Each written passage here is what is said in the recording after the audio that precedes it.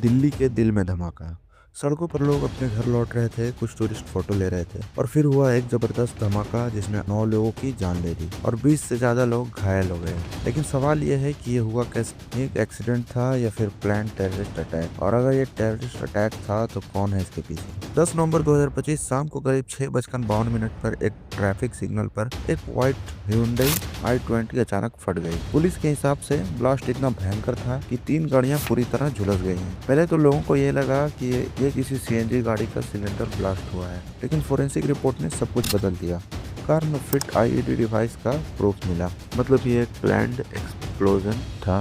Car के number plate से एक शॉकिंग लिंक मिला। उसका पिछला ओनर एमडी सलमान गुड़गांव से निकला। उसने पुलिस को बताया कि उसने ये गाड़ी 3 महीने पहले OLX पर बेच दी थी किसी तारिक नाम के आदमी को, जो पुलवामा एंड जम्मू कश्मीर का रहने वाला था।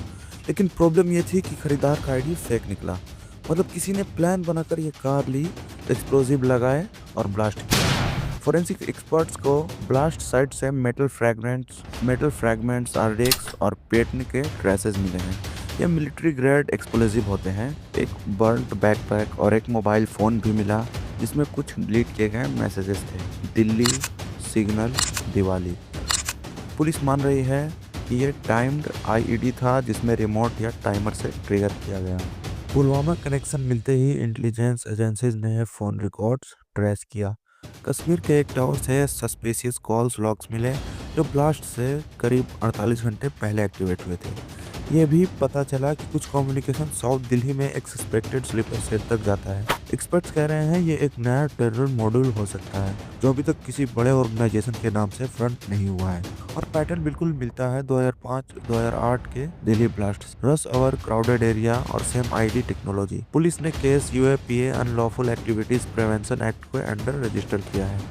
इसका मतलब गवर्नमेंट इसे ऑफिशियली टेरर अटैक मान रही है। लेकिन सबसे बड़ा सवाल यही है, इतनी टाइट सिक्योरिटी के बावजूद एक कार बॉम्ब रेड फोर्ट के पास कैसे पहुंच गई? दिल्ली में 3 लेयर सिक्योरिटीज होती हैं, फिर भी कोई अलर्ट नहीं दिया गया। ऑपोजिशंस ने होम मिनिस्ट्री से सवाल पूछा, क्या इंटेलिजेंस फेलियर हुआ है?